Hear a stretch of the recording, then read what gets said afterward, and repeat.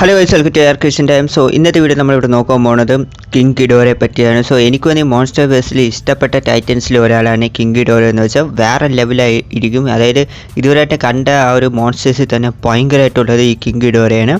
അപ്പോൾ കിങ് ഗിഡോറെ പറ്റിയാണ് നമ്മൾ നോക്കാൻ പോകുന്നത്. കിഡോറയുടെ പവേഴ്സ്, എബിലിറ്റീസ് എന്തൊക്കെയാണ് നമുക്ക് ഈ വീഡിയോയിൽ നോക്കാം. സോ ആർക്കൊക്കെ കിഡോറെ ഇഷ്ടമെന്ന് കമൻറ്റ് പറഞ്ഞേക്കാം. സോ നേരെ വീഡിയോ എടുക്കാം. അപ്പോൾ നമ്മുടെ ഒരു കിങ് ഗിഡോറെ വന്നൊരു ഫാൾസ് കിങ് എന്നാണ് പറയുന്നത്. അതായത് ഒരു ഫേക്ക് ആയിട്ടുള്ളൊരു കിങ് എന്നാണ് കിഡോറെ പറയുന്നത്. അപ്പോൾ കിഡോറയുടെ അപ്പിയറൻസ് എങ്ങനെയെന്ന് നോക്കുകയാണെങ്കിൽ ഇത് വന്നൊരു ഡ്രാഗൺ ടൈപ്പ് ആയിട്ടുള്ള ഒരു മോൺസ്റ്ററാണ്. അത് നമുക്ക് കാണുമ്പോൾ പിടികിട്ടും, ആ വിങ്സും കാര്യങ്ങളൊക്കെ കാണുമ്പോൾ പിടികിട്ടും. സോ ഇതിന് വന്ന മൊത്തം 3 തലകളാണുള്ളത്. സോ 3 തലയ്ക്കും 3 വിധത്തിലുള്ള പേഴ്സണാലിറ്റി എന്നാണ് പറയുന്നത്. അതുമാത്രമല്ല കിഡോറയുടെ ഫസ്റ്റ് അപ്പിയറൻസ് എവിടെയെന്ന് വെച്ചാൽ 1964 വന്ന കിഡോറ ദ 3 ഹെഡഡ് മോൺസ്റ്റർ എന്നൊരു മൂവിലാണ് ഈ ഒരു കിഡോറയുടെ ഫസ്റ്റ് അപ്പിയറൻസ് എന്ന് പറയുന്നത്. പിന്നീടും കിഡോറയുമായി ബന്ധപ്പെട്ട് വേറെയും മൂവീസൊക്കെ വന്നിട്ടുണ്ട്. ഓക്കെ, പിന്നെ നമ്മൾ കാണുന്ന എവിടെയെന്ന് വെച്ചാൽ നമ്മുടെ മോൺസ്റ്റർ വേഴ്സിൽ Godzilla king of the monsters എന്ന മൂവിയിലാണ് നമ്മൾ കിഡോറെ നമ്മൾ കാണുന്നത്. സോ അതിൽ വന്ന ഒരു മെയിൻ വില്ലനായിട്ട് വന്നത് കിഡോറയായിരുന്നു.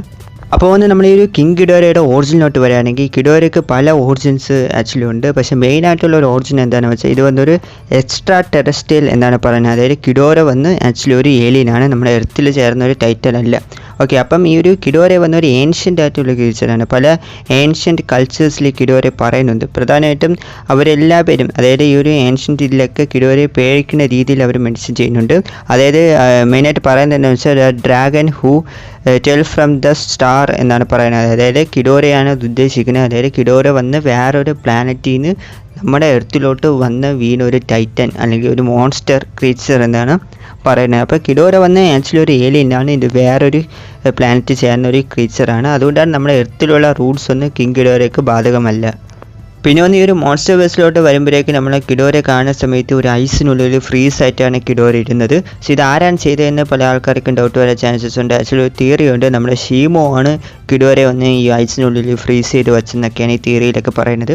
അപ്പോൾ ഈ കിഡോറയുടെ ടാർഗറ്റ് എന്താണെന്ന് വെച്ചാൽ നമ്മുടെ എർത്തിനെ ഫുള്ളായിട്ട് കൺട്രോളിലെടുക്കണം, ബാക്കിയുള്ള ടൈറ്റൻസിനൊക്കെ നശിപ്പിക്കണം, അല്ലെങ്കിൽ ബാക്കിയുള്ള ടൈറ്റൻസൊക്കെ എൻ്റെ കൺട്രോളിലിരിക്കണം എന്നൊക്കെ ആഗ്രഹിക്കുന്ന ഒരു ക്രീച്ചറാണ് ഈ കിഡോറ എന്ന് പറയുന്നത്. ഭയങ്കര ഈവിലായിട്ടുള്ളൊരു മോൺസ്റ്റർ ക്രീച്ചർ തന്നെയാണ് കിഡോറ, അതിലൊരു സംശയം വേണ്ട. അതുമാത്രമല്ല നമ്മൾ ഗോഡ്സിൽ ഫൈറ്റ് ചെയ്തതിൽ ഏറ്റവും ടഫസ്റ്റ് ആയിട്ടുള്ള ഒരു എനിമി ഇതുവരേക്ക് കിഡോറയാണ്. കാരണം അത്രയ്ക്കും ടഫാണ് നമ്മുടെ കിഡോറ ഗോഡ്സിലേക്ക് കൊടുത്തിട്ടുള്ളത്. ഫസ്റ്റ് റൗണ്ടിലൊക്കെ ഗോഡ്സിലെ കിഡോറ തോപ്പിച്ച് ആൾമോസ്റ്റ് കൊന്നു എന്ന് വേണമെങ്കിൽ പറയേണ്ടി വരും. പിന്നീട് മോത്രയുടെ ഹെൽപ്പും നമ്മുടെ ഹ്യൂമൻസിൻ്റെ ഹെൽപ്പും ഒക്കെ വഴിയാണ് ഗോഡ്സിൽ ഡിഫീറ്റ് ചെയ്തത്. ലാസ്റ്റ് ഒരു ഫയർ ഗോഡ്സിലായതുകൊണ്ടാണ് കിഡോറെ തോപ്പിക്കാൻ പറ്റിയത്. അല്ലാതെ ബേസ് ഗോഡ്സിലേക്ക് കൊണ്ട് നമ്മുടെ കിഡോറെ തോപ്പിക്കാൻ പറ്റില്ല. കാരണം ഗോഡ്സിലേക്കാളും കിഡോറ പവർഫുൾ ആണ്. ഓക്കെ, പിന്നെ സാധാരണ എന്തായാലും വില്ലൻ തോക്കും, ഹീറോ ജയിക്കും, ആ ഒരു കോൺസെപ്റ്റ് ആയതുകൊണ്ടാണ് കിഡോറെ തോറ്റത്. അല്ലെങ്കിൽ ഉറപ്പായിട്ട് ഗോഡ്സിലെ കിഡോറെ കൊന്നേനെ. കാരണം ഗോഡ്സിനെയുമായിട്ട് കമ്പയർ ചെയ്താൽ കിഡോറയ്ക്ക് ഒരുപാട് പവേഴ്സ് ഉണ്ട്.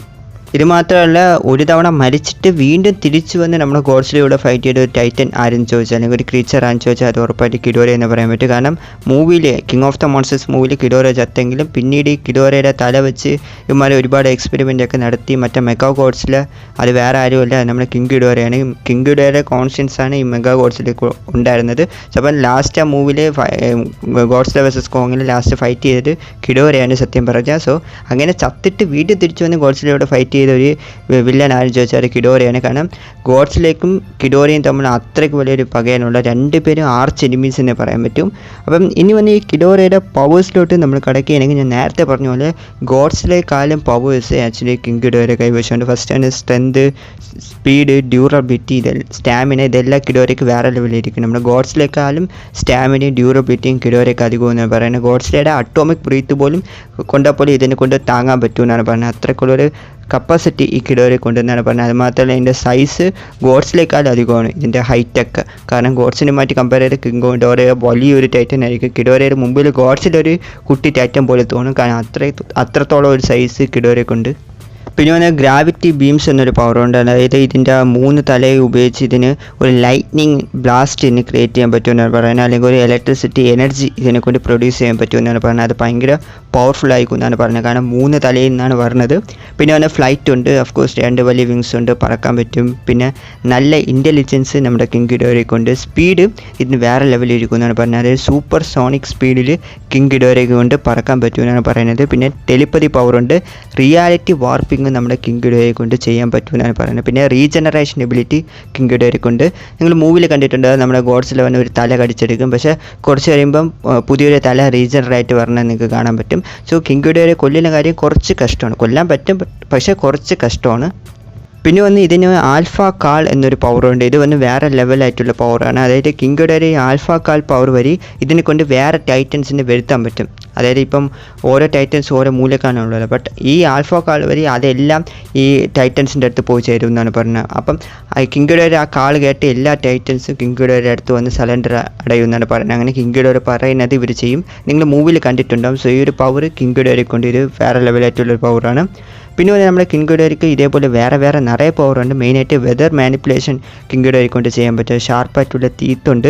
ഇങ്ങനെ ഒരുപാട് പവേഴ്സ് കിങ് ഗിഡോയെ കൊണ്ട് നിങ്ങൾക്ക് ടൈം ഉണ്ടെങ്കിൽ എവിടെയെങ്കിലും സെർച്ച് ചെയ്ത് ഗൂഗിളിലൊക്കെ നോക്കി അറിയാൻ പറ്റും. ഒരുപാട് പവേഴ്സ് ആക്ച്വലി കിങ് ഗിഡോയെ കൊണ്ട് ഗോഡ്സിലുമായിട്ട് കമ്പയർ ചെയ്താൽ ഭയങ്കരമായിട്ടുള്ള പവേഴ്സാണ് കിങ് ഗിഡോയെ ഉള്ളത്. ഇനി വീക്ക്നെസ്സിലോട്ട് വരികയാണെങ്കിൽ നമ്മുടെ കിങ് ഗിഡോയുടെ ആ ഒരു സെൻറ്ററിലുള്ള ഹെഡാണ് ഇതിൻ്റെ വീക്ക്നെസ് എന്നാണ് പറയുന്നത്. സോ അവിടെ അടി വീണ ഇത് വീക്കാവും എന്നാണ് പറയുന്നത്. അപ്പോൾ എന്തായാലും കിങ് ഗിഡോയെ വന്ന് വേറെ ലെവൽ പവർഫുൾ ആയിട്ടുള്ള ടൈറ്റൻ തന്നെയാണ്. ഗോഡ്സിൽ ഇതുവരെയായിട്ട് നേരിട്ടതിൽ ഏറ്റവും ടഫസ്റ്റ് വില്ലൻ എന്ന് വെച്ചാൽ കിങ് ഗിഡോയാണ്. സോ ആർക്കൊക്കെ ഗിഡോയെ ഇഷ്ടമെന്ന് കമൻറ്റ് പറഞ്ഞേക്കുക. അടുത്ത ഏത് ടൈറ്റനെ പറ്റി വീഡിയോ വേണമെന്ന് കമൻറ്റ് പറഞ്ഞേക്കുക. കൂടാതെ തന്നെ ഈ ഒരു വീഡിയോ ഇഷ്ടപ്പെടാനും ഉറപ്പായിട്ടും ലൈക്ക് ചെയ്യുക. ചാനൽ ആദ്യമായിട്ടാണ് കാണിക്കുക മറക്കാതെ സബ്സ്ക്രൈബും കൂടി ചെയ്ത് സപ്പോർട്ട് ചെയ്യുക. അപ്പോൾ അടുത്തൊരു വീഡിയോയിൽ കാണാൻ. Take you guys.